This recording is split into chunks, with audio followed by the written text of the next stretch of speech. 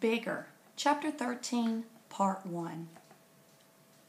Going home, the journey across Texas went faster because this time Tyler knew exactly where he was headed. In the hill country, the creeks once again became good for fishing. The shade beneath the oaks and maples, a few beginning to change color, was cool and dark. The rocky hills of Arkansas were a welcome sight, but nothing compared to how Tyler felt when he crossed the border into Missouri. Soon he recognized parts of the country he had passed through before. At last he realized he was no more than 2 weeks from home. He had read Papa's letters often on the trip to the banks of the Rio Grande, but now he read them every night. Somehow he had to make sense of what had happened, to come to terms with the fact he'd likely never see Black Jack Bohannon again. Certain phrases, Tyler knew, would live in his heart forever. Size don't make a man a hero. It's his heart that accounts for that. If I should die in this war, I want you all to stay where you are. Hold fast to each other. Tyler, being the good son he is, can teach little Lucas what he needs to know. Yes, Lucas and Rosalie, with their hot, dark looks, just like Papa's, might need a steady hand. But it's going to be hard to tell them, Mama especially, that Papa's not coming home, he confessed to Bigger. How should I break the news to them? He wondered. Are there special words I should use, Bigger? Ones that will make it easier for them to understand? The answer in Bigger's eyes was the one he already knew. You have to tell them the truth. That Papa said the war was his war. That he'd stick it out no matter how long it took.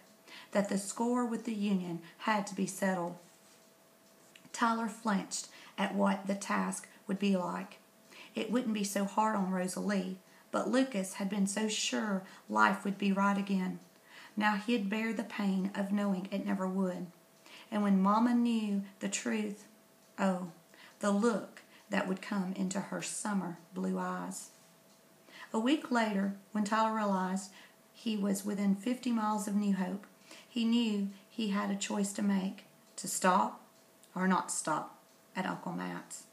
He could plainly imagine what would take place when he showed up alone at Riley's farm and home store. Nah, I told you your Papa didn't want to be found, Clayton would crow. Tyler gritted his teeth to think of the self-satisfied shine in Clayton's mean eyes.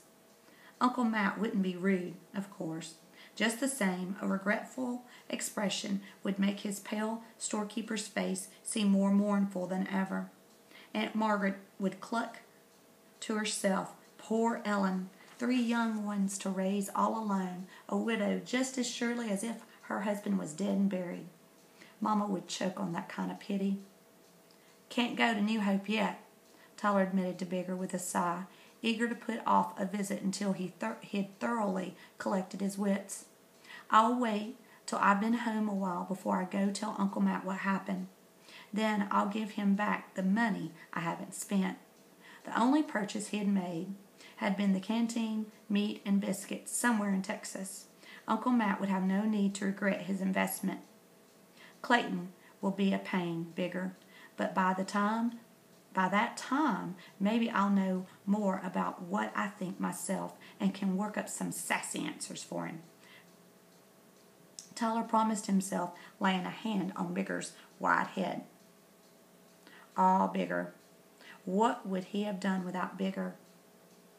Uncle Matt was crazy to even think about shooting you, he exclaimed. Why, traveling with you made everything possible. Without you, well, the truth was Tyler couldn't imagine Isaac or Pea Ridge or descending that ladder of rivers toward Eagle Pass without Bigger. Without Bigger, his heart surely would have broken as he watched Papa disappear, probably forever, into Mexico. The next morning, Tyler made a wide detour around New Hope, which brought him close to a small village of McMinnville in the west. He fingered the money he had carried for almost 4 months in his pocket. There was a store in McMinnville, he remembered. It would be nice to take something back to the three who were waiting on Sweet Creek. He couldn't bring Papa home, but he could surely get some ribbons for Rosalie, an apron for Mama, a good knife for Lucas. Later, he'd thank Uncle Matt for the money, would tell him what he'd spent part of it on, and would promise to pay it all back when he could.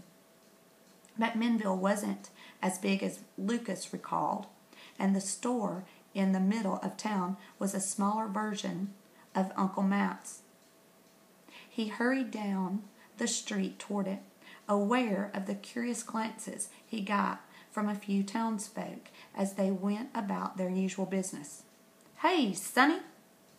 The voice that called out to him from the alley beside the store was harsh. Tyler turned, startled, to face whoever had spoken.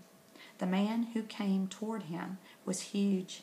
His hair was a mixture of tangled, dirty copper and yellow wires. His eyes, beneath a pair of beetling brows, were so tiny it was impossible to tell what color they were. "Where'd you get that dog, Sonny?" the man demanded. "Bigger?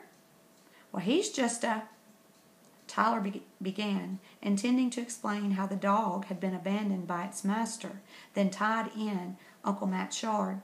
He was about to go on when he saw that the hackles on Bigger's neck were stiff. The dog's upper lip was curled back from his teeth.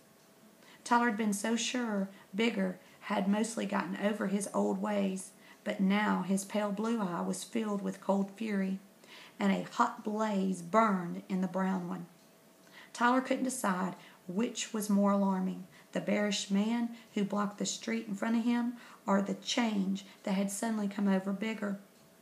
The dog seemed to have become, once again, what Uncle Matt had predicted. He was a devil. "We've been traveling together," Tyler stammered, "and now I'm headed for home. There ain't gonna to be no more together about it, Sonny," the man boomed. "That's my dog, and I aim to take him back right now." He took a step forward, his heavy boots raising mushrooms of dust in the street. "What do you mean, your dog?" Tyler said, amazed by the unexpected hard edge in his own voice. Had he traveled all the way to Texas and back to be pushed around now? Nope. He laid his hand possessively on Bigger's neck. "This here dog's a stray. Don't belong to nobody." "Stray my hind end. That dog's mine. Belonged to me for more'n 3 years. Had to give him up temporarily when I headed out of New Hope in a hurry. But now I'm back, and I aim to take him back." "Wait!" Tyler cried. Uncle Matt's money was a welcome wad in his pocket. His uncle's final words had been, "If you spend it all, that's fine by me. That's what I meant it for. I'll buy him off you." "Buy him? What if I don't want to sell him?" the man sneered. "I don't have a dog," Tyler lied. "And since him and me have been traveling together for quite a while, well, I'd like to buy him if you're willing to sell him." "Well, I ain't. That mutt is the best watchdog I ever owned. He'd as soon take the leg off a man as look at him. I got him as a pup, see, and made sure he grew up to have a temper hotter'n a banked fire. Made that pooch mean by tormenting him, because that's exactly how I wanted him to be." He raised his brows as if a surprising thought had just occurred to him. "Come to think of it, how'd you make up with him without getting turned into mincemeat?" "Bigger finally made up to me," Tyler wanted to explain. "It wasn't me making up to him." It all made sense now. Bigger flinching every time a hand was held out. Bigger curling his lip at Isaac. Bigger snarling at the shovel the gravedigger had raised, always imagining he was going to get beat on again. Now, the important thing was just to own Bigger fair and square. Tyler dug into his pocket and brought out the paper money Uncle Matt had given him. "There's $10 here," he said. "Count if you want. I'm willing to pay that much." The man took the bills, counted them, and smiled. "Well, Sonny, that's right decent of you. I can always use $10. Fact is, though, I can't let go of that dog." "But you took my money," Tyler objected. "So the dog's mine. A deal is a deal." The man snickered, his eyes no bigger than raisins under his brows. "No, Sonny, you don't understand. You and me got no deal. This here money is what I'm going to have charge you for running off with my dog without permission." The man stripped his belt off, then swaggered toward Bigger. "Come here, you stupid mutt. Let me put this here around your—" Bigger didn't make a sound. He launched himself out of the street, straight into the man's face. His lips were curled back so fiercely that the top of his nose was deeply ridged like dried ruts in a road after a rain. Tyler heard a snarl build deep inside the dog. It was the voice of the devil himself. Bigger caught his former master across the face with bared teeth and left a long row of marks that instantly began to bleed. The man toppled backward into the street, the paper bills fluttering to the ground around him. People began to gather, and Tyler hoped someone would offer to do something. Then he saw the man lift himself to his knees. He reached for the pistol in a small holster tied to his boot. The end of Bigger, Chapter 13, Part 1.